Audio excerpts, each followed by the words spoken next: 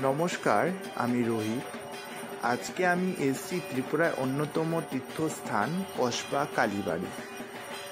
কমলাসাগর কালী মন্দিরটি 15 শতকের শেষের দিকে মহারাজা ধান্যমাণিক্য একটি পাহাড়ের চূড়ার উপর প্রতিষ্ঠা করেছেন। এটি বাংলাদেশ সীমান্তর পাশে অবস্থিত। মন্দিরের আশেপাশে সবুজের সমারোহ এবং এই মন্দিরের সামনে ঝিলটি মন্দিরটি সৌন্দর্য বৃদ্ধি করেছেন। আপনাদের আমার ভিডিও কেমন লাগলো অবশ্যই জানাবেন। ধন্যবাদ।